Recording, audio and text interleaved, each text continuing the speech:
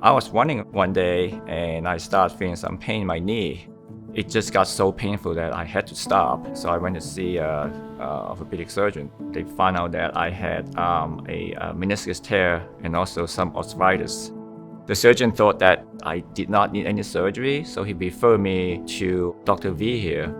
I make sure he understands that I had a Boston Marathon coming up and I could not miss that. If you come with the motivation, if you come with a goal in mind, and you're willing to put in the work, we're willing to work with you to get you across whatever finish line you set.